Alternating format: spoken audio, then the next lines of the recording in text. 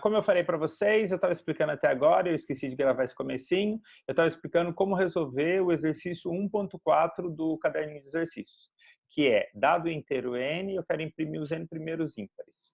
Bom, como eu fui contando para vocês, então a gente tem que dividir a solução em duas partes, eu tenho que ler o n e depois imprimir os n primeiros ímpares. Para fazer isso daí, o que eu vou fazer é, eu vou ler o n igual a int input n, e depois, a segunda parte, eu vou criar uma variável ímpar que vai varrer os n's para mim. E para cada valor, bom, eu preciso de um laço que controle que eu quero varrer n vezes. Então, eu vou usar o for i in range n, que vai varrer 4 vezes, ou n vezes, dependendo do n que eu digitar. E para cada valor de i, eu vou imprimir a variável ímpar e passar para o próximo ímpar. Então, se eu rodar esse programinha, agora ele está pronto para ser rodado. Vamos ver ele aqui.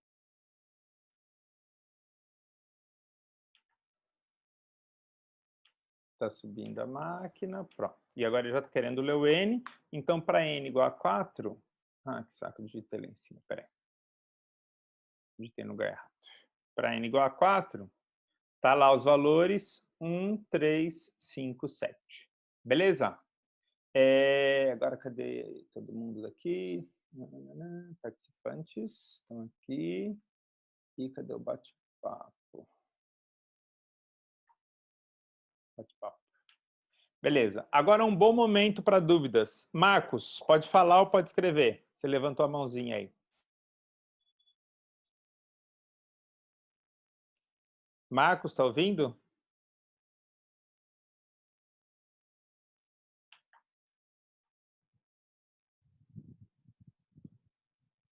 Marcos que levantou a mão.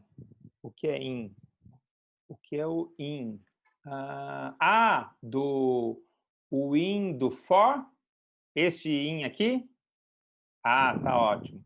Então, esse daqui é o comando for, que acho que a gente viu em 2 aulas diferentes aí no passado.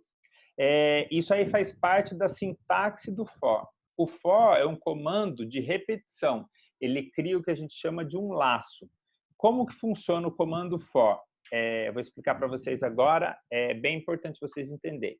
O for funciona assim. Eu já contei para vocês que um conceito importante na execução de algoritmos é o que a gente chama de fluxo.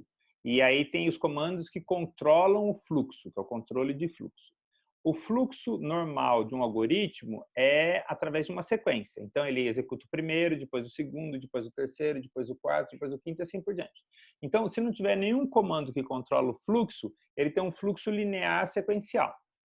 Bom, o que acontece? Isso daí resolve alguns problemas, mas não resolve muitos problemas. Tem muitos problemas que são mais interessantes a gente usar o computador, mas a gente precisa controlar, de algum jeito, o fluxo de execução. Esses comandos são chamados de algoritmos, de comandos de controle de fluxo. O comando for e o comando while são 2 comandos. Caio, eu vi que você levantou a mão, já vou falar com você daqui a pouco. O comando while e o comando for são 2 comandos que controlam o fluxo criando repetições. Então, esse é o conceito mais importante que eu preciso que vocês entendam, que vocês tenham certeza que vocês estão compreendendo. Tanto o comando for quanto o comando while, eles criam repetições. Eles criam um bloco de comandos que será repetido segundo uma estrutura de controle, segundo uma condição de parada. Então, tem que ter uma condição para parar. No caso do for, que é esse que vocês estão vendo aqui, o for, ele normalmente está associado a um controle numérico de execução. Então, vocês podem pensar aí, nesse momento, vai ser sempre assim, nas primeiras aulas, o for o que ele vai fazer é repetir n vezes um certo comando. Nesse caso aqui, a sintaxe do for sempre ele começa com for, aí nós temos uma variável, e essa variável vai assumir uma sequência de valores. A sequência de valores vai ser definida pelo comando range. Então, aqui eu estou falando o seguinte, para o i no intervalo definido por n, faça alguma coisa. O que é esse intervalo definido por n? Usando essa sintaxe aqui, o range vai retornar 0, 1, 2, 3, 4, até n-1. Então, por definição, se eu usar o range do jeito que está especificado aqui, ele vai retornar um intervalo de números inteiros começando por 0 e terminando em n-1. Então, esse in que você está perguntando aqui, ele é parte da sintaxe. E ele é parte da sintaxe que sempre divide e define, quando eu digo uma variável está dentro de um intervalo. E aqui, nesse caso, a variável i vai estar no intervalo 0, 1, 2, 3, não sei o quê. Deixa eu comentar isso aqui na frente para ficar claro. I pertence ou assume valores do intervalo 0, 1, 2, 3, blá, blá, blá, blá, até n-1, por definição. Beleza, Marcos? Entendeu? Esse in, quem que ele é? Aí agora... Tá ótimo. Caio, pode fazer sua pergunta aí.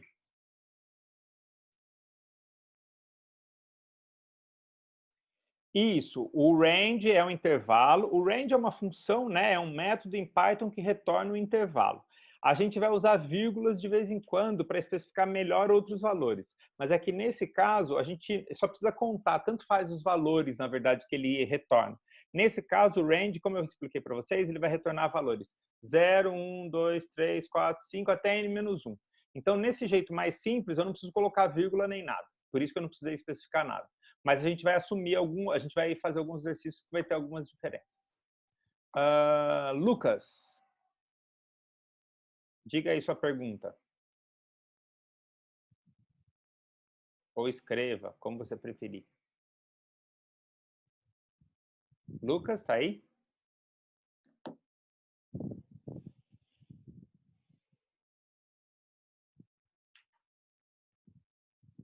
Lucas, você levantou a mão, você está me ouvindo? Está escrevendo algo ou não? Pode tirar o seu mudo e falar, se você quiser.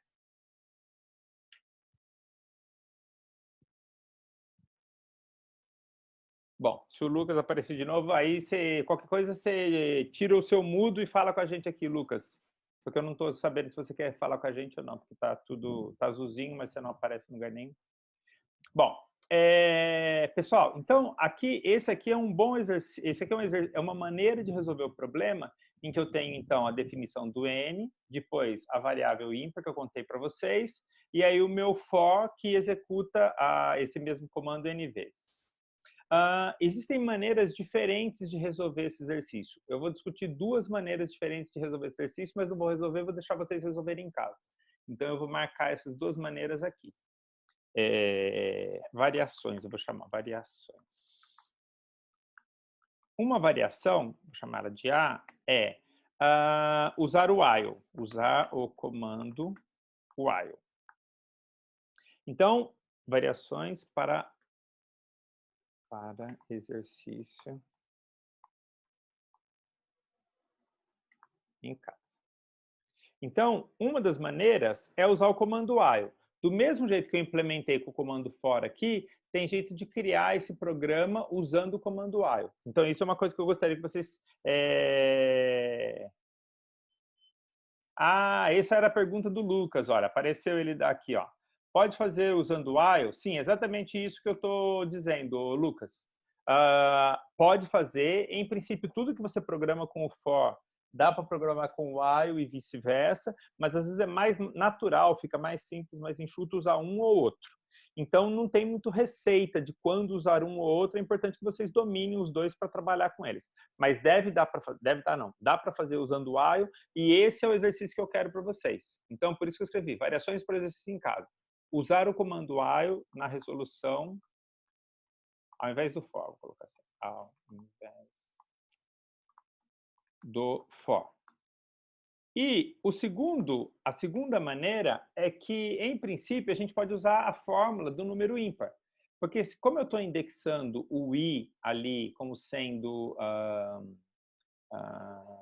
inteiros que vão 0, 1, 2, não sei o quê, eu posso usar o fato que existe uma formulinha que me diz quem são os ímpares. Eu posso dizer que ímpar é igual a 2 vezes i mais 1. Tá certo? Então, essa é uma outra maneira de implementar também, porque os ímpares vão ser varridos para ir variando de 0 até n-1, eles vão variar, eles são definidos como sendo 2 vezes i mais 1. Então, essa também é uma maneira de fazer resolver esse exercício. Eu sei que em sala alguém já veio me perguntar. Júlia, já falo com você.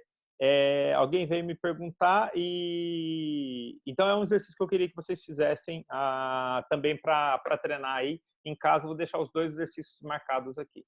Júlia, qual a sua dúvida?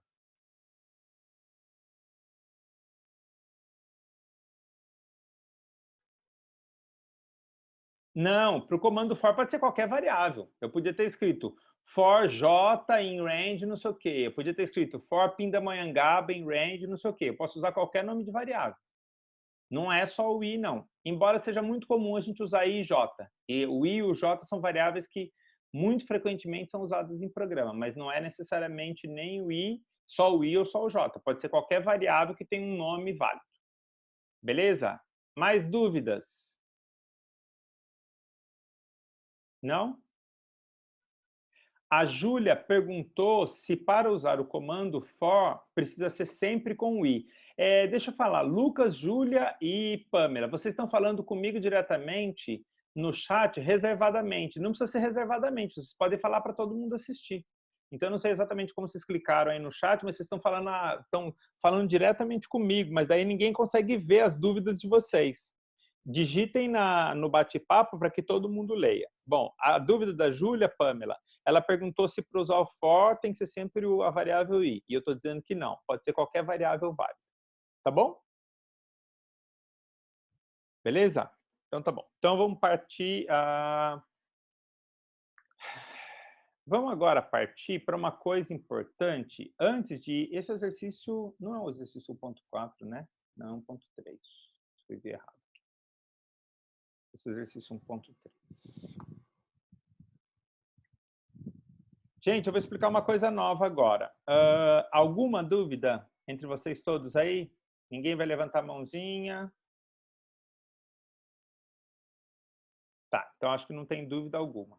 Então, eu vou explicar uma coisa nova para vocês agora. Eu vou resolver esse mesmo... Aliás, vamos fazer o seguinte. Eu vou resolver o exercício usando o while, mas eu vou explicar uma coisa nova para vocês, tá bom? Então, porque daí eu já aproveito para resolver o exercício com o while e explicar uma coisa nova. É o seguinte. Então, eu vou criar mais uma linha de... uma célula de código aqui. Então, exercício usando 1.3, usando while. É o seguinte, agora eu vou querer usar o while para resolver esse problema. Existe um conceito em linguagens de programação que é extremamente importante, que é o conceito de funções. Dependendo da linguagem, do paradigma, de maneira de programar, isso pode ter alguns nomes diferentes. Às vezes função, às vezes método, às vezes procedimento. Eu vou usar esses termos, função, método, principalmente função e método, de maneira um pouco intercambiável, sem me preocupar muito com isso daí. Dependendo da linguagem de programação, essas coisas, eles podem ter nomes diferentes, mas a gente não vai se preocupar com isso. Então, aqui eu vou apresentar o conceito de funções. Uma função em um algoritmo é como... deixa eu ver se apareceu alguma dúvida aqui. Não. Uma função em um algoritmo é similar a funções matemáticas que a gente conhece. Então, olha... é similar a funções de matemática, mas tem algumas diferenças.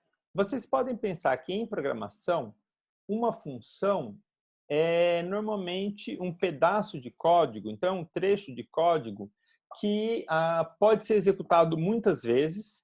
Normalmente, ele é um trecho de código, como se fosse um subalgoritmo, um algoritmo dentro do algoritmo, que é útil para fazer várias coisas e muitas vezes você quer repetir aquilo que você faz, portanto, é bom que seja programado como função.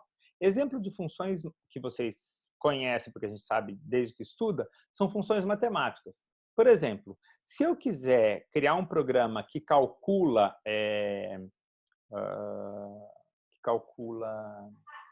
funções trigonométricas, então seno, cosseno, tangente, a gente não precisa programar como calcular a função seno, como calcular a função cosseno e assim por diante. Porque já existem essas funções pré-programadas dentro do Python.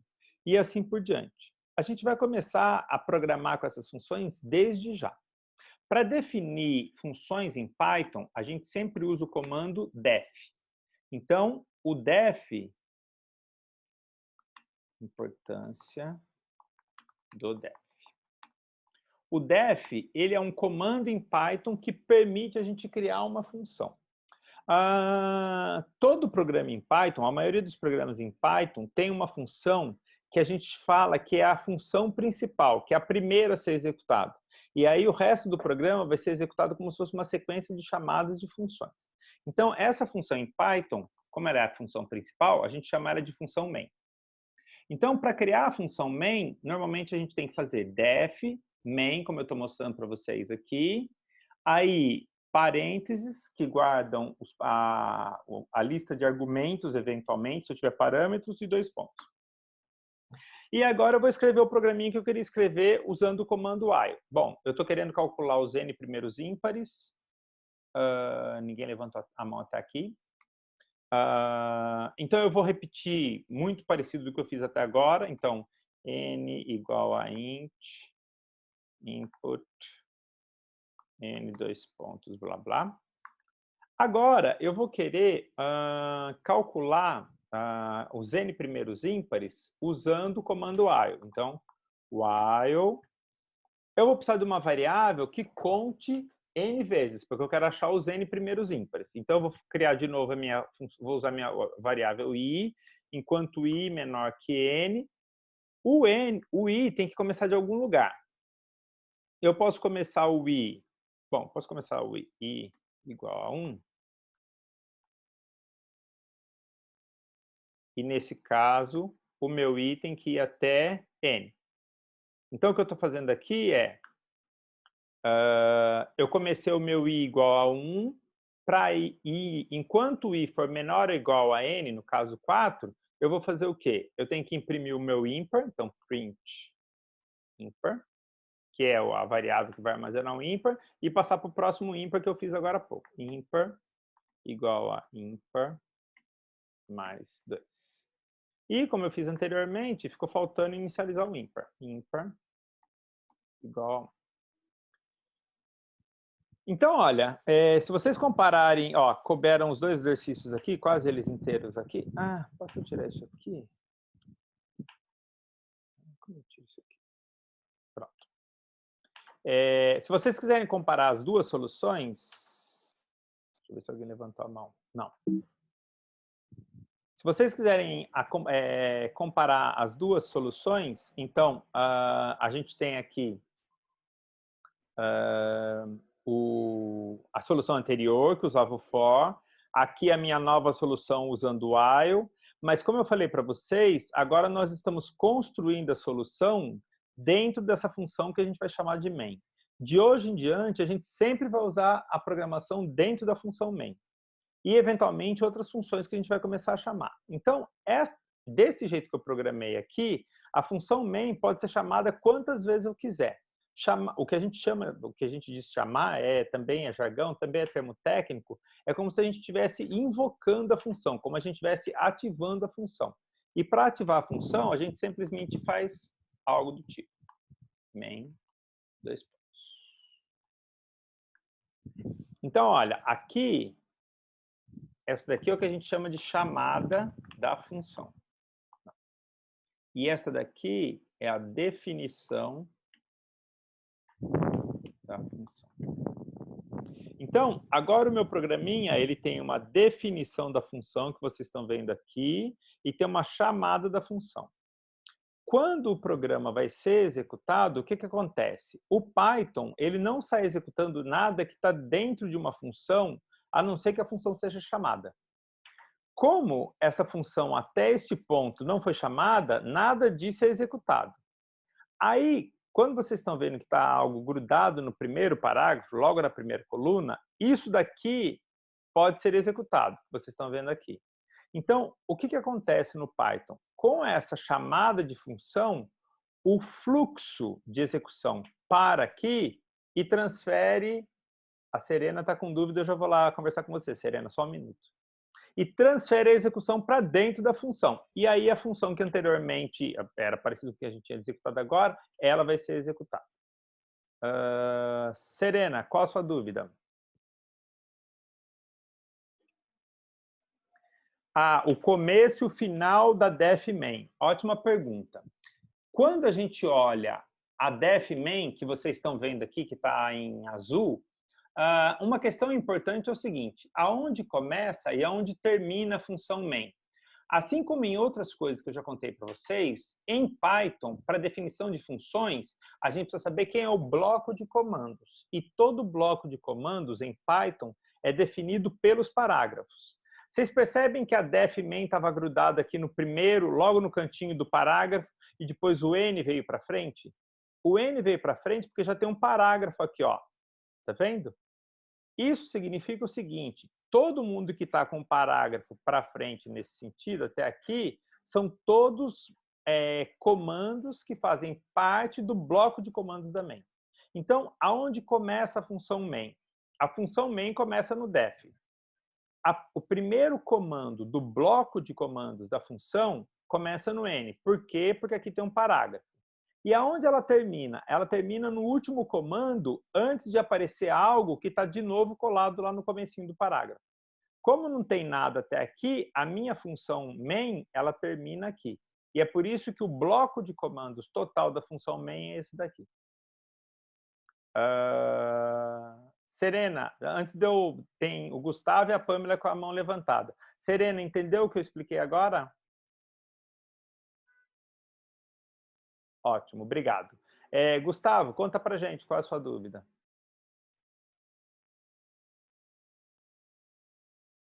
Isso, exatamente. Essa é uma excelente pergunta, Gustavo. Então, eu poderia escrever um algoritmo com várias funções e chamá-las quando quiser, independente do fluxo? Sim, você pode, e é assim que a gente faz. Então, na verdade, o fluxo que a gente executa agora é normalmente o fluxo que está dentro das funções. As funções são intercambiáveis, a gente pode chamar em qualquer ordem. E isso é um poder enorme que a gente tem em programação, do jeito que a gente chama de programação estruturada. Nós vamos fazer cada vez mais isso. Você pegou exatamente a filosofia, o espírito do troço. Exatamente isso. Pamela, qual a sua dúvida?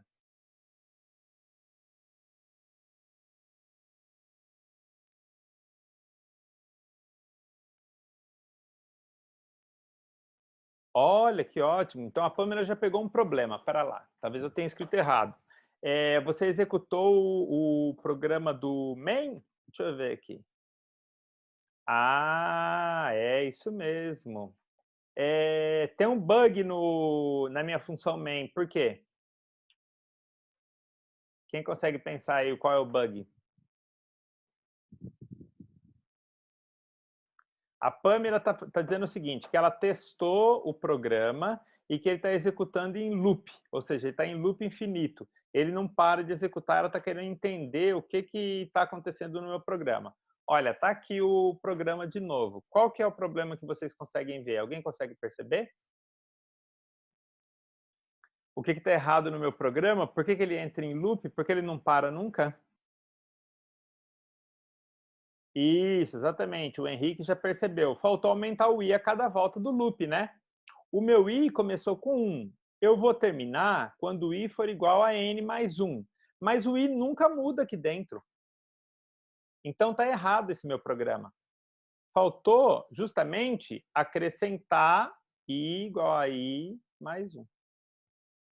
Porque daí agora, a cada volta do meu laço, eu vou imprimir o ímpar, calcular o próximo ímpar e também calcular o próximo i. E aí desse jeito deve funcionar. Pamela, muda isso aí pra gente, depois conta se funcionou, tá bom? Mas aí eu acho que deve funcionar. Eu vou executar ele aqui também para ver, vamos ver. Se eu colocar n igual a 4... Ups. Eu não coloquei n igual a 4 no lugar certo. Isso. Então, ó, aqui quando eu coloquei n igual a 4, olha lá, ele executou 1, 3, 5, 7, do jeito que a gente queria. E agora, obviamente, eu posso executar com n igual que eu queira, né? Posso colocar n igual a 30, por exemplo. N igual a 30 lá. Ele vai até 59, do jeito que a gente queria. Beleza? Dúvidas ou comentários de vocês?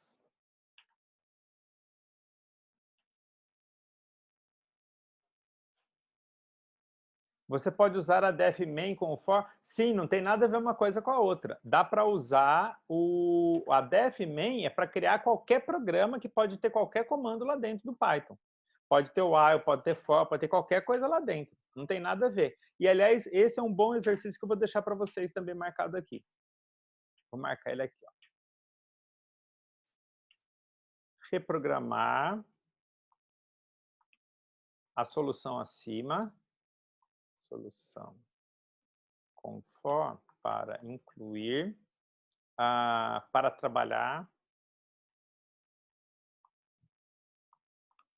com main. Tá bom? Vou deixar isso com vocês aqui. Mais alguma dúvida? Virotia. É assim que fala, Virotia?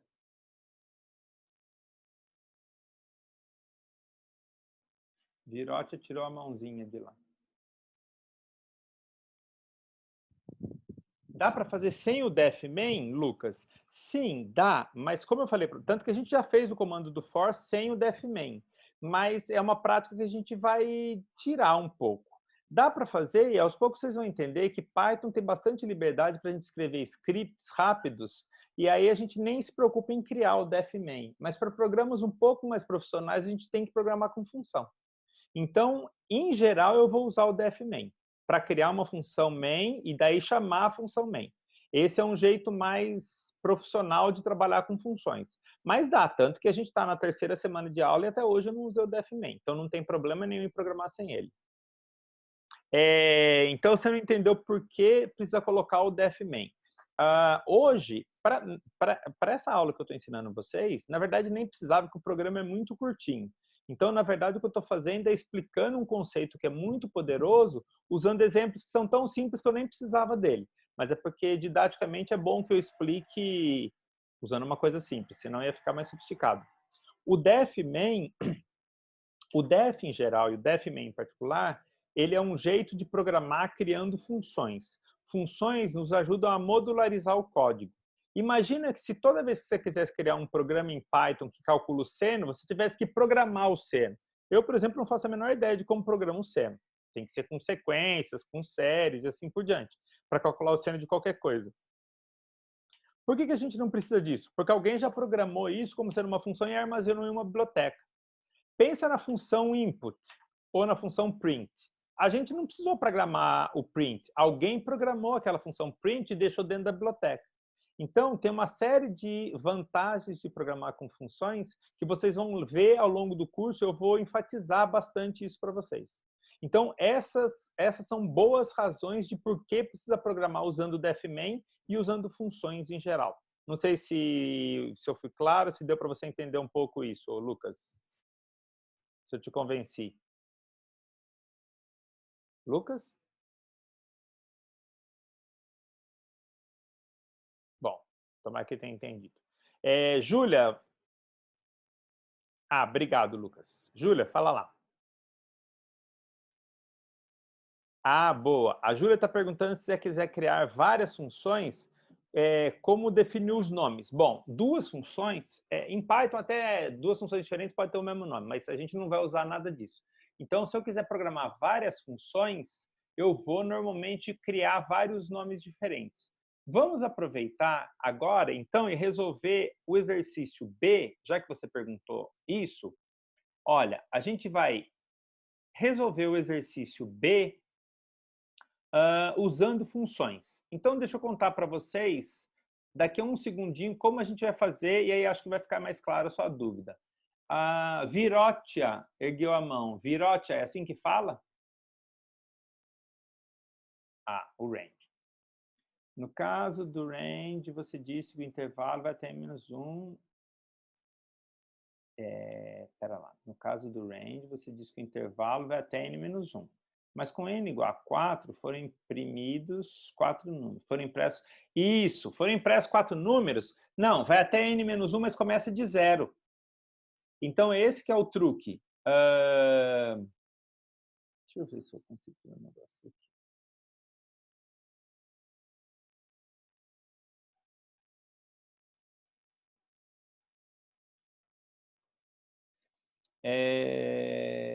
Deixa eu ver se eu consigo. Pronto. Isso, Virotia.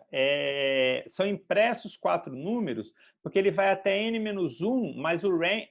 é Vitória. Pô, Vitória, eu tô te chamando de Virote, mas você escreveu Virote ali no negócio, a culpa não é minha. Vitória, Espera aí, Thaís, eu já cheguei em você. Vitória, sim, vai até n-1, mas começa do 0. O range sempre começa do 0, a não ser que a gente especifique algo diferente. Então, com n igual a 4, quais são os valores de i que vão ser tratados? É o 0, 1, 2, 3. 0, 1, 2, 3 são 4 números, por isso que foram 4 números impressos. Entendeu? Vitória? Boa. Thaísa. Thaísa, não se preocupe, eu estou vendo o que você escreveu aqui. Ricardo, espera um pouquinho. Acho que não está aparecendo a minha mãozinha. Sempre preciso quebrar o laço. O que significa quebrar o laço para executar, Thaísa? Eu não entendi o que você quis dizer. Se você quiser, tira o microfone, liga o seu microfone e explica, se for muito complicado. Thaísa?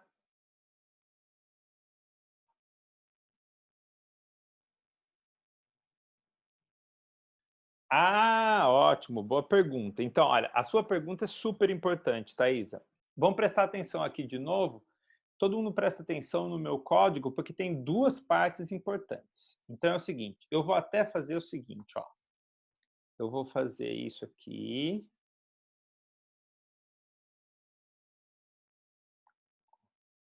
Vou fazer aqui assim, ó. Final da função.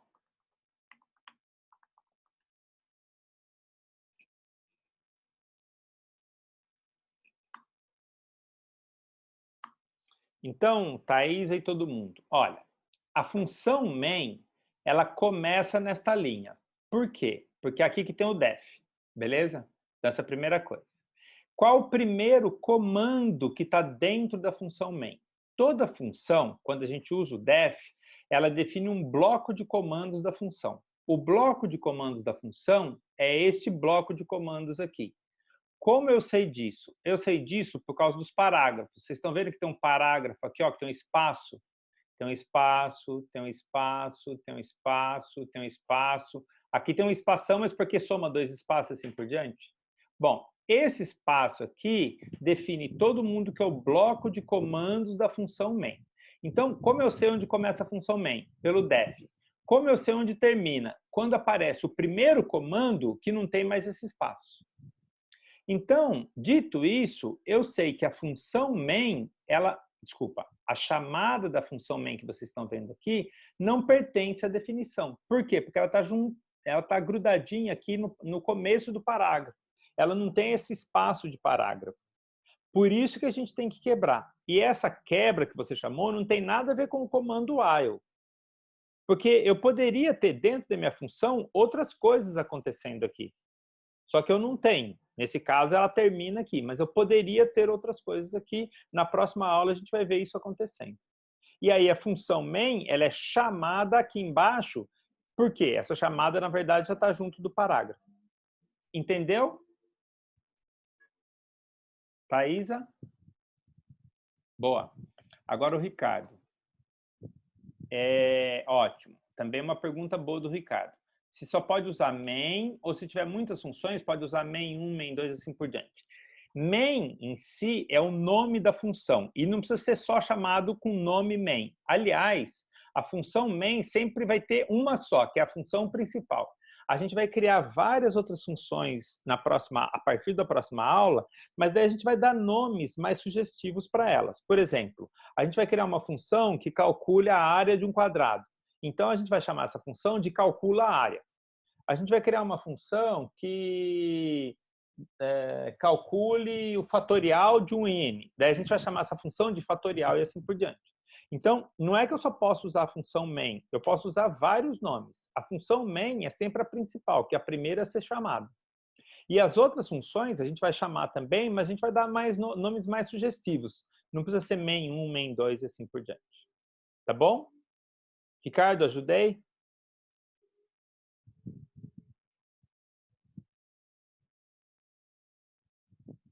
Boa. Então tá bom. Então vamos passar para o próximo exercício? Bom, deixei para vocês aqui, então os exercícios vocês fazem. Vamos passar para o próximo exercício agora, que é o 1.4,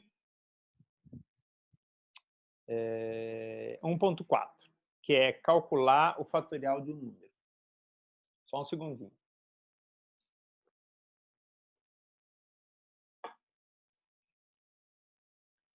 Então, eu quero calcular, dado o inteiro x e o inteiro não negativo n, eu quero calcular x elevado a n.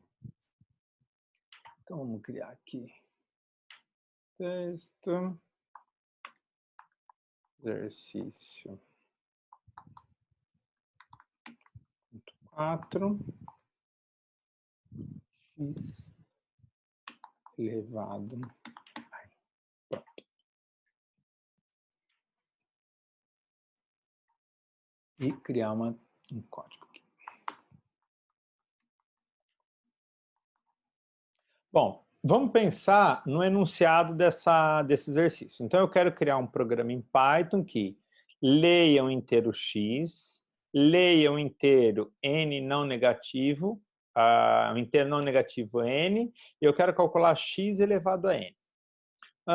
Beleza. Então, agora a gente já ganhou traquejo para saber que tem várias coisas que são fáceis, né? De começar a programar. Por exemplo, eu preciso ler o x e preciso ler o n. Então, eu já posso começar a escrever x igual a int input x 2 pontos.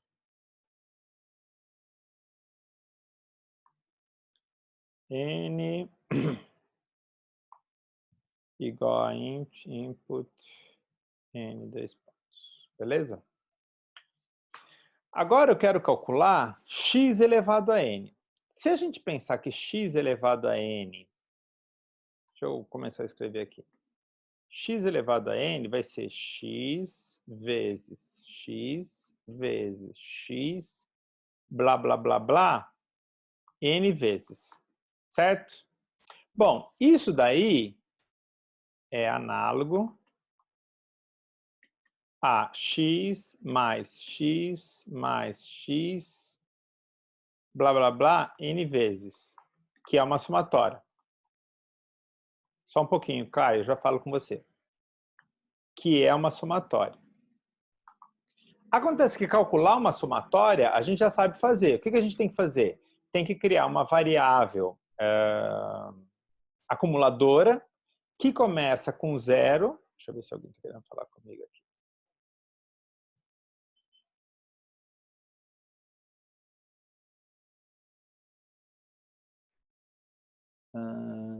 Pamela, pode mostrar novamente o que você está falando para fazermos em casa? Não anotei tudo. O que você quer? Eu não entendi direito o que você quer, Pamela. Eu, no momento, estou resolvendo o exercício 1.4. O que eu falei para vocês fazerem em casa são esses daqui, ó. Eu vou colocar esse Jupyter Notebook depois, tudo online. Aí vocês vão saber fazer, ó. Vai ter que ser usar o comando while ao invés do for, que já está escrito embaixo, usar calculando o ímpar igual a 2 vezes menos 1 e reprogramar a função em cima usando o programa, usando a função main. É isso que você pediu para eu mostrar? Pamela, eu estou falando com você. Vamos ver se é a Pamela. Boa. Então tá tudo certo? Você entendeu o que precisa fazer? Posso tocar para frente?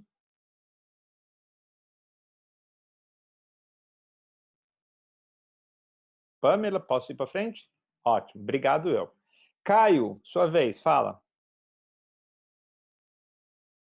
Porque agora... Ah, boa pergunta. Eu vou definir. Eu preciso definir a função main e... ótimo, vamos fazer tudo com main. Vamos escrever ela com main, então. Vamos fazer ela já direitinho, né? É que eu estava me focando na lógica do produto e esqueci disso, mas você tem toda a razão. A gente combinou que vai fazer tudo com main. Pronto. Bom, então, como eu estava contando para vocês, agora eu quero calcular x vezes x, vezes x, vezes x, n vezes. Isso é análogo ou lembra algo que a gente já sabe fazer, que é calcular x vezes x, vezes x, vezes x mais x mais x, n vezes. Isso daqui a gente sabe fazer desde a aula retrasada, que é só calcular uma somatória. Como eu calculo uma somatória? Crio uma variável, inicializa ela com o elemento neutro da operação, no caso zero se for a soma, e depois vai acumulando os valores. Nesse caso, é muito parecido, mas vai mudar duas coisas. Vão mudar duas coisas. Quais coisas vão mudar? A primeira que vai mudar é que eu vou calcular, na verdade, o produto das variáveis, não é mais a soma. Como eu vou calcular o produto das coisas, eu não posso... Deixa eu ver se alguém falou comigo aqui. Não. Eu não posso inicializar com zero, porque se eu multiplicar por zero da primeira vez, vai dar zero sempre. Então, eu tenho que inicializar com o elemento neutro daquela operação, que é o 1. Fora isso, é praticamente a mesma estrutura. Então, a gente vai fazer algo do tipo... Ops! Foi mal. Então, a gente vai fazer algo do tipo... Eu vou criar uma variável que eu vou chamar de prod, que é o produto, e vou inicializar ela com 1, que é o elemento neutro do produto. E agora, for... Pamela, já chegou aí, peraí. For i in range n. Então, usando a mesma estrutura que a gente tinha agora há pouco, eu vou fazer prod igual a prod vezes o i. Desculpa, vezes o x. Né, que eu tenho que calcular x, o prod... Eu quero calcular x vezes x vezes x vezes x n vezes. Pronto, é só isso, né? Daí, terminou isso, como eu quero calcular uma produtória, basta imprimir... Ups, print. E a última coisa que ficou faltando, chamar a função main. Deixa eu ver, a Pamela me chamou. Pamela levantou a mão. Fala, Pamela.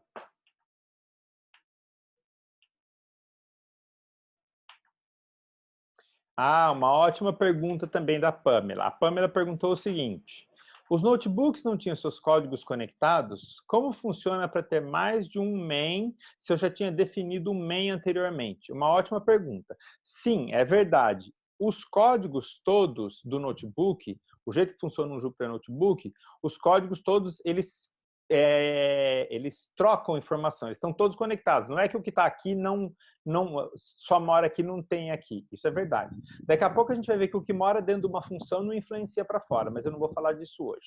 Mas o ponto é que é uma coisa que funciona em Python é o seguinte: eu posso redefinir a função. Então, aqui eu defini a função main, como você bem notou, e aí eu executei ela e chamei ela aqui. Aqui, nesse caso, eu estou redefinindo a função main. Então, não faz mal eu chamar a função ela de main de novo. Porque quando eu chamar essa função main aqui, ela vai chamar a última definição. A última definição é que estava logo aqui em cima. Pamela, entendeu? Consegui te explicar? Responde para mim para eu saber se você está acompanhando aí.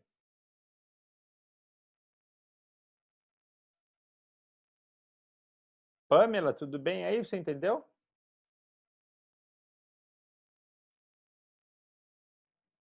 Ah, então, pera lá. Júlia e Caio, espera um pouquinho que eu estou falando com a Pamela aqui, mas é que ela está escrevendo reservadamente, eu estou lendo para vocês. Aí ela perguntou, mas nesse caso, a primeira que foi definida não vai mais funcionar? Sim, se eu chegar aqui em cima, clicar na célula e executar, esta célula será executada. Portanto, esta função main será redefinida. E quando eu chamar essa função main, esta função main vai executar. Quando eu clicar aqui nessa célula e executar, esta definição vai ser reexecutada. Portanto, esta função main vai ser definida e é essa função que vai ser chamada. Pamela, entendeu?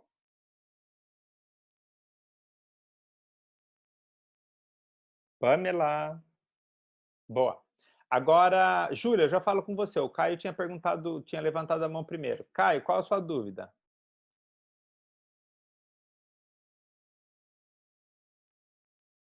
Ah, agora, professor, no caso não teria que colocar range até n-1 para definir um intervalo fechado. Não pelo seguinte, o Caio.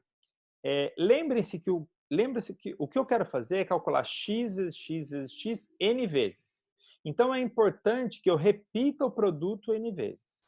Bom, se eu colocar range igual a n, quais são os valores de i? Eu vou marcar aqui, ó. I vai ser igual a 0, 1, 2, blá, blá, blá, n menos 1.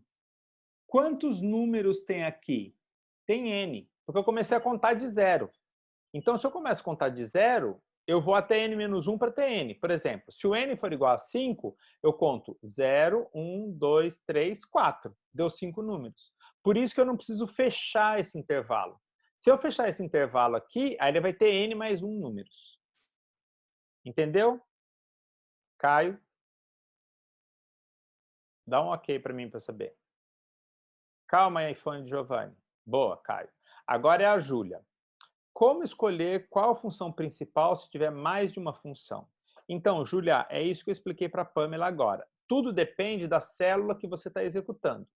Agora, quando eu estou nesta célula aqui, se eu mandar executar essa célula aqui, ó, e aí que eu vou colocar, por exemplo, 3 elevado a 4. 3 elevado a 4 deu 81, né? Que é 3 ao quadrado, 9 ao quadrado, vezes 9 ao quadrado. 9 ao quadrado. Então, o que acontece? Quando eu executo esta célula aqui, esta célula começa aqui e termina aqui. Portanto, eu vou executar esta função main, defini-la e chamá-la.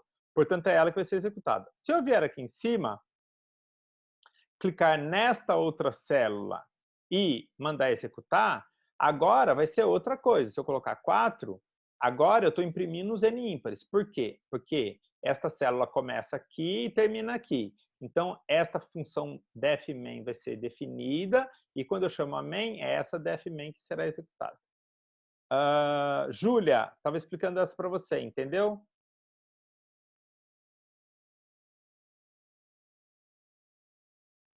Mas então, se eu quiser várias funções no mesmo programa, tem que ter várias células? Não. Se você quiser várias funções no mesmo programa, você vai dar vários nomes diferentes para as várias funções.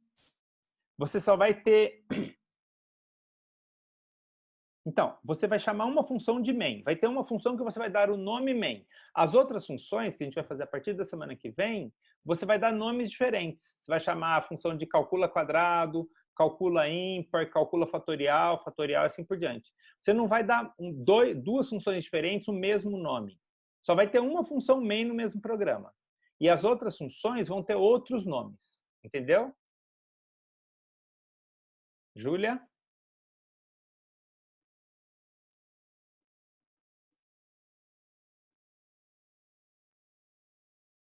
Isso. Não, não é que ela é a mais importante, ela é a primeira a ser executada. Ela chama main e é a principal, é difícil, não dá para dizer qual é a mais importante. Se todas as funções não funcionarem, não vai ter jeito. Ela chama main porque ela vai ser a primeira a ser executada. Harrison, já falo com você daqui a pouco. Tá bom? Aí a dúvida do Giovanni. Não existe x elevado a n em Python? Sim, existe, mas é que eu estou explicando por razões didáticas como calcular isso na mão, na unha. Mas sim, já existe. Você usar vezes, x vezes n já calcula x elevado a n. Mas daí não tem graça, né? Daí eu não consigo explicar tudo o que eu quero. Harrison, fala.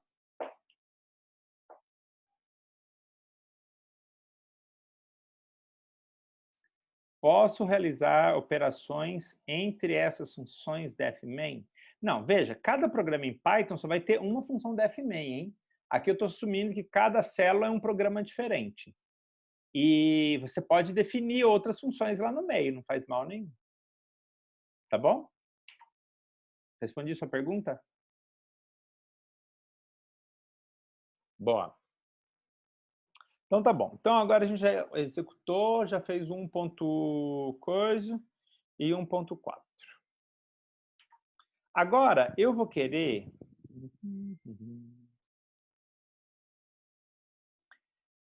eu vou resolver agora o último exercício da aula, que é o 5. O 5, ele é muito parecido com o 6. É a mesma estrutura. O 6 tem a solução em Python, então eu vou resolver o 5 que não tem solução, tá bom? Porque daí vocês ficam com duas soluções para vocês estudarem, já sabendo que existe um conceito novo na resolução desse exercício e é o mesmo conceito que se aplica nos dois. Então, deixa eu copiar ele aqui. Programa, Python, blá, blá. Exercício 1.4, vamos apagar isso aqui.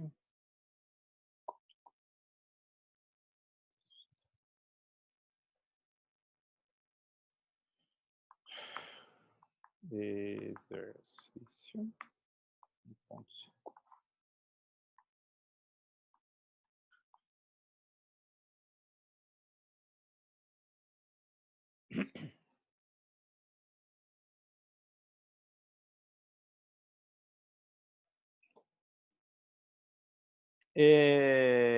Então, vamos pensar na solução, vamos pensar no enunciado, né? A primeira parte aí. Então, esse exercício 1.5.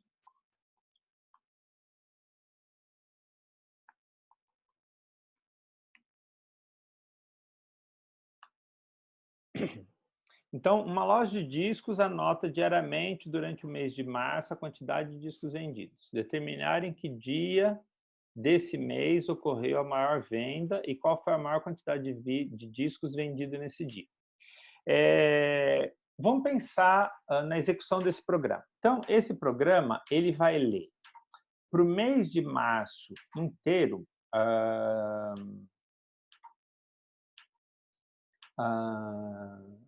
a quantidade de discos. Então, para cada dia do mês de março, ele vai ler a quantidade de discos que foi vendido naquele dia. Como se tivesse, por exemplo, um programa rodando e no final do dia o operador lá, o cara, o funcionário da loja de discos, vai lá e anota quantos discos foram vendidos naquele dia.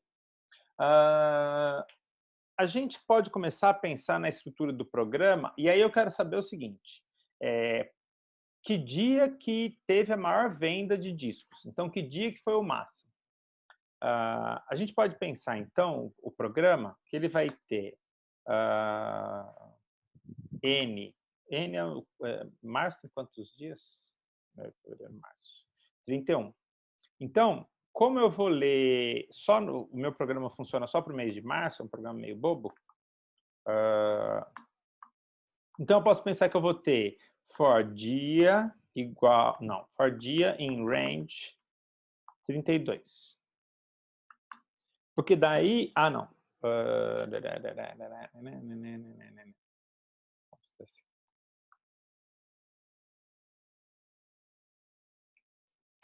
Eu quero varrer todos os dias do mês de março. Primeira coisa, o mês de março não começa no dia 0, começa no dia 1. Como o mês de março começa no dia 1, eu já não posso usar o range do jeito que eu estava usando aqui em cima. Então, eu tenho que fazer algo do tipo for dia in range, começando do dia 1 que está aqui. Beleza? Além disso, eu quero ir até o dia 31. Então, eu tenho que colocar 32 no final, porque a gente viu que o range é fechado à esquerda e aberto à direita.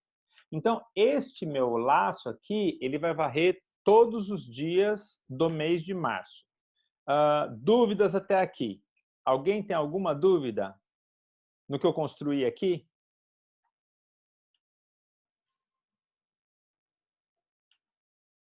Não? Tranquilo?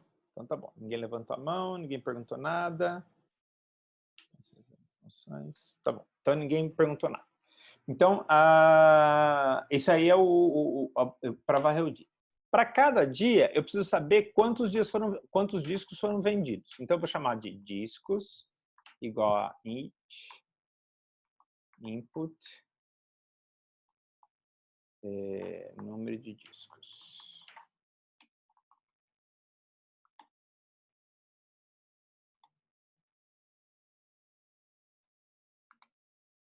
Pronto.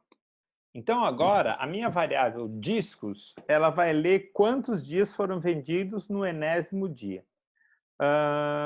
Aliás, eu já vou mudar isso daqui. Eu não vou deixar 32, senão eu vou ter que ficar digitando 32 números toda hora. Então, eu vou deixar só 5 dias por enquanto. Só para a gente poder executar. Agora vem o truquinho, quer dizer, a técnica que eu falei para vocês que eu ia contar, que é uma técnica nova. Eu quero saber, para todos os dias analisados, qual é o dia que vendeu mais discos. Acho que eu vou parar o compartilhamento, que vai ser mais fácil eu explicar com a minha mão aqui com vocês. Pronto. Estão me vendo? Todo mundo consegue me ver? Agora eu quero resolver uma nova mensagem. Boa, Harrison está aí. Agora eu quero resolver o seguinte problema. Eu vou ler os discos, eu vou ler o número de discos vendidos para cada dia. Então, dia 1, dia 2, dia 3, dia 4, dia 5. E eu quero saber que dia que vendeu mais. Uma maneira de fazer isso é o seguinte. Eu vou anoto o primeiro dia. Então, imagina que o primeiro dia vendeu 10. Então, entrou o primeiro dia, eu falei, o primeiro dia vendeu 10. Quando eu leio o segundo dia, se o segundo dia vendeu 8, eu mantenho o meu máximo com 10, porque o 8 é maior que o 10. Se no terceiro dia vendeu 3, eu continuo com 10 também, porque o primeiro dia vendeu 10. Se no quarto dia vender 12, o 10 que eu achava que era o máximo não é mais o máximo, porque tem um dia que vendeu mais. E aí eu tenho que fazer o quê? Eu tenho que atualizar quem eu acho que é o candidato ao máximo. Então, o candidato ao máximo antes era 10, agora o candidato ao máximo virou 12. Vamos fazer uma experiência diferente que vocês vão entender. Vocês devem estar vendo aí do lado da nossa tela a lista de participantes. Então, tem a Aline, o André, o Caio, o Daniel, o Eric, o Eugênio e assim por diante. Imagina que eu quero descobrir quem é a pessoa mais velha aqui, tá bom? Bom, sou eu, mas tirando eu, quem é o aluno mais velho? Uma maneira de fazer isso é o seguinte, eu pergunto para a Aline quantos anos a Aline tem. A Aline fala 20. Aí eu pergunto para o André quantos anos ele tem. Aí o André fala 19. Como o André tem 19, o candidato a mais velha continua sendo a Aline, porque ela falou 20. Aí eu pergunto para o Caio fala, eu tenho 21. Quando o Caio me disser que ele tem 21, a candidata mais velha já não é a mais velha, porque a Aline, que era a candidata, tinha 20, e assim por diante. Então, essa é uma técnica que me permite descobrir quem é o maior elemento de uma série sem ter que ler a série inteira. Eu só vou olhando um por um. Porque daí, no final desse processo, eu sei que eu escolhi, no caso, o máximo, ou a pessoa mais velha, ou o número máximo de discos vendidos, e assim por diante. Dúvidas nisso que eu expliquei antes de eu continuar o código?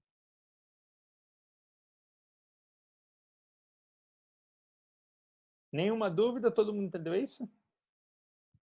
Então tá bom. Então deixa eu voltar ao compartilhamento da tela aqui. Cadê? Beleza. Então, o que eu vou fazer? Como eu falei para vocês, eu preciso ter uma variável que tenha o candidato ao maior elemento, o candidato ao máximo. Eu vou dizer que esse candidato, vou chamar ele de max discos. Então, max discos. E eu tenho que testar o quê? Se o discos for maior do que o max discos, é porque, na verdade, o max discos, que eu achava que era o máximo elemento, não é o máximo nada. Então, eu tenho que atualizar o max discos. Então, vai ser algo do tipo if discos maior que max discos. Então, se o discos for maior que o máximo, que a variável max discos, que eu achei que fosse maior mesmo, então o max discos não é o maior e aí eu tenho que atualizar. Então, max discos igual a discos. Então, este comando aqui, que é o comando if, que o Amédio tinha ensinado para vocês, como ele funciona? Ele testa uma condição, ele vai lá e testa. Se discos maior que max discos, ele realiza uma operação. No caso, a operação que eu vou realizar é dizer que o max discos é o discos, porque eu estava achando que o max discos era o maior e, na verdade, ele não é o maior nada. Dúvidas nisso que eu escrevi? Deve ter alguma dúvida, vamos ver. Harrison tem mão levantada. Cadê meu bate-papo? Vamos lá, Harrison, pergunta.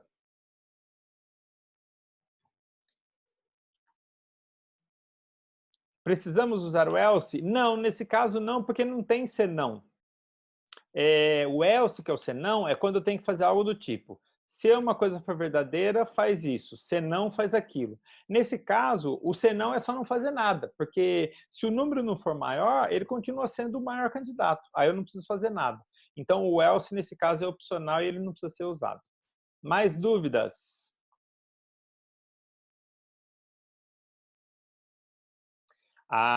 Boa pergunta também.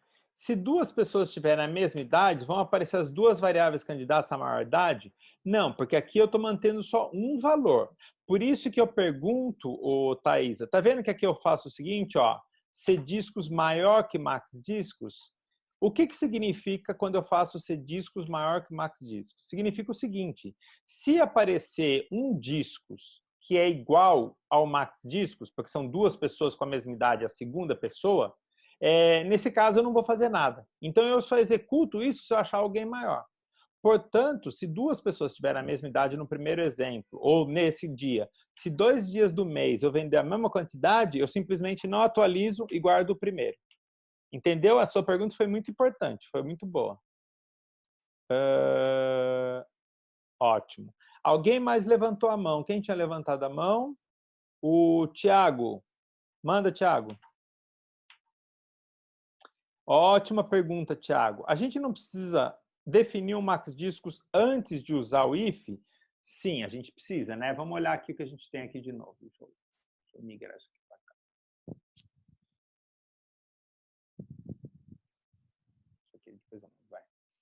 Aqui é o seguinte. Vocês estão vendo que eu tenho uma comparação aqui. Essa comparação exige que o max discos exista antes de realizar a comparação. Senão ele vai dar problema. Bom, como eu defino um max discos? Tem duas maneiras diferentes. Por favor, anotem aí. Uma maneira é o seguinte: eu começo lendo o primeiro dia fora do for. A gente já fez isso lá no passado para obrigar a entrada de no while, quando a gente estava fazendo aquela imprimindo o quadrado de uma série de números terminada por zero. Então, essa é uma maneira. A gente define, faz a leitura do primeiro dia fora, diz que que o max disco inicialmente é o primeiro dia, que é o primeiro número que eu li, e depois continuo. Essa é uma possibilidade. Uma segunda possibilidade é o seguinte. Aline, já chego em você. Peraí. Nós sabemos que o número de discos vendidos é sempre maior ou igual a zero. Porque ou eu vendi 0 discos, ou eu vendi um número inteiro maior de discos. Nunca é menor do que zero. Portanto, se eu colocar max discos menor do que zero, na primeira vez eu vou atualizá-lo, é certeza. Porque qualquer número que for lido vai ser maior do que o max discos. E essa é uma técnica muito usada. Então, a gente vai lá e coloca assim, ó, max discos igual a -1. Por que eu faço isso? Porque ao colocar max discos igual a -1, da primeira vez que eu li os discos e eu fizer esse teste, o primeiro discos é uma certeza que vai ser maior que o max discos. Como ele é maior que o max discos, aí a gente pega e já resolve o problema de uma vez. Entendeu? Quem está aqui agora? Pamela. Pergunta.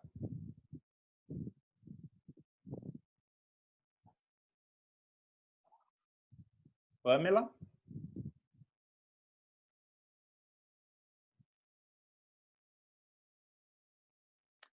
O Gabriel perguntou antes da Pamela. Sim, você pode colocar 0, nesse caso vai funcionar e nada vai acontecer. Como faria para fazer o que a Thaisa falou? Para colocar os 2 dias? A gente não aprendeu isso ainda, Pamela. Por enquanto, a gente só está armazenando uma variável de cada vez.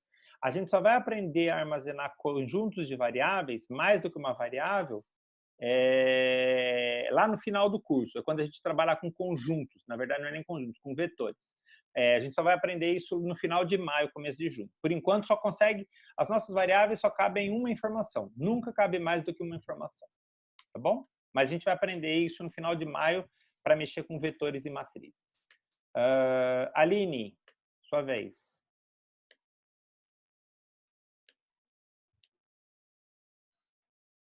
Ah, isso mesmo, a gente não terminou, né? A gente não terminou de mostrar o nosso programa ainda. A Aline está dizendo que a gente tem que mostrar também que dia que teve o número de vendas. Então, o que acontece aqui...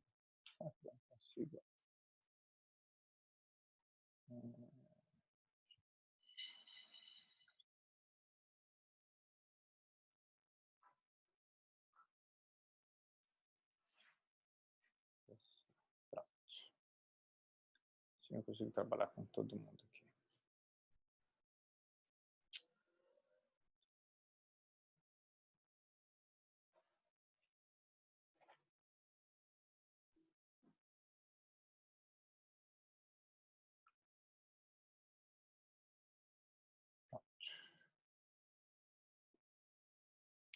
O exercício, ele pede para a gente saber também qual é o dia que vendeu mais discos. Então, eu também tenho que ter uma outra variável que vai se lembrar o dia da venda máxima. Eu vou chamar isso de max dia, tá bom? E vou fazer a mesma coisa, max dia igual a -1, por exemplo, porque nem começou o exercício ainda. E toda vez que nós atualizarmos a variável max discos, porque eu achei alguém que é máximo, eu também vou atualizar a max dia. E a max dia simplesmente vai ser igual ao dia, né? Porque a variável dia que está indexando isso. Ah lá. Então agora eu faço. Toda vez que discos for maior que max discos, eu achei algum discos maior que max discos, então eu tenho que atualizar o max discos. E além disso, aquele virou o dia de maior venda. Então eu vou fazer max dia igual a dia. Aline, entendeu? Aline? Boa. Então vamos executar aqui para ver o que acontece?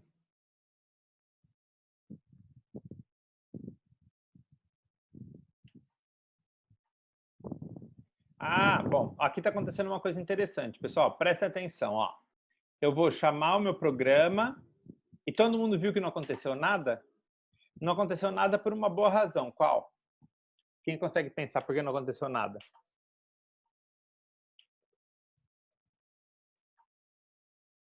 Isso, exatamente. Não chamei a função main, exatamente.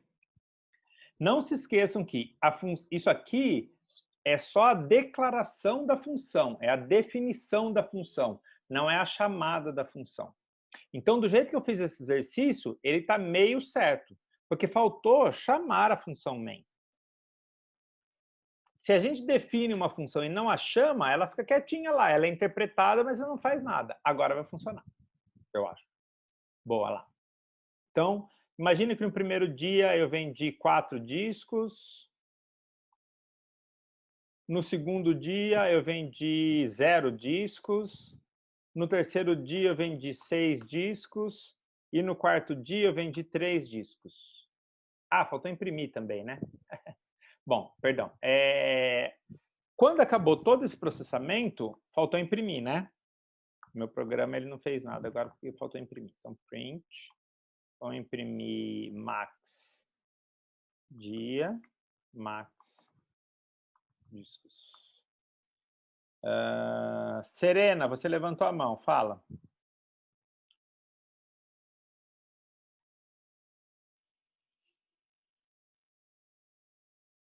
Serena e Aline, falam. Ou falem. Boa pergunta, Serena. Se você imprimir dentro do for, o problema é o seguinte, o for que vai processar todos os dias. Se você imprimir alguma coisa dentro do for, você vai imprimir antes de terminar de... Aline, é que tava... Então, acho que você esqueceu de desligar a sua mão, Aline. A sua mãozinha azul. Se eu imprimir dentro do for, Serena, daí o problema é que vai ficar vai imprimir várias vezes. Você percebe que enquanto eu não varrer todos os dias, eu não consigo ter certeza qual é o dia que vendeu mais. O for, ele vai varrer todos os dias. Enquanto eu não acabar de varrer todos os dias, eu não sei qual é o dia que vendeu mais. Por isso que a gente não pode imprimir dentro do for. Se eu imprimir dentro do for, eu vou ficar imprimindo informação parcial. Porque antes de terminar, eu vou ficar imprimindo toda hora quem é o Max Dias e o Max Coisas. Entendeu, Serena? Ótimo. O for seria. Isso, ele vai imprimir a cada momento, que não é o que a gente quer. A gente só quer saber que dia que vendeu mais e quanto que foi vendido naquele dia. Vamos executar aqui de novo. Então, aquele exercício lá. 3, 0, 6, 4. Ah lá. Então, olha, nessa execução minha, o dia 3 foi o dia que vendeu 6, que é isso mesmo que a gente está vendo aqui, ó. Os discos vendidos no dia... O dia 3 foi o dia que mais vendeu discos, que vendeu 6 discos. Beleza? Dúvidas?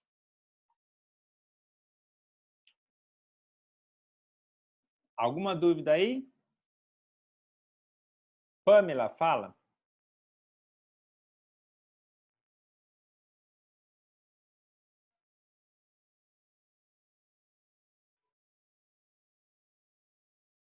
Pamela?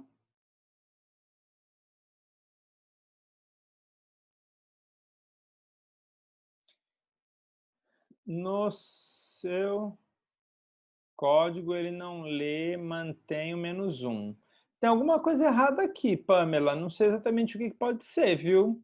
Porque se você ler os discos, comparou discos com max discos, atualizou o max discos e atualizou o max dia, deveria funcionar.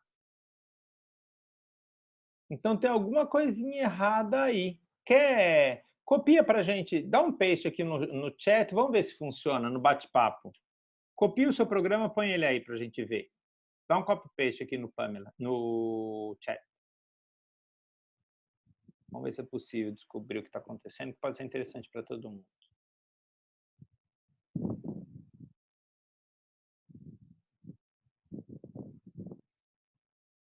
Pamela, você está postando aí?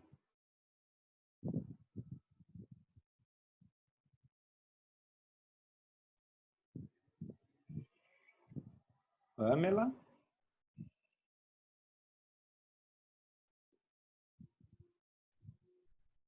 Bom, enquanto a Pamela vê se consegue fazer isso e para a gente tentar ajudá-la, só um pouquinho. Eu vou terminar o compartilhamento da minha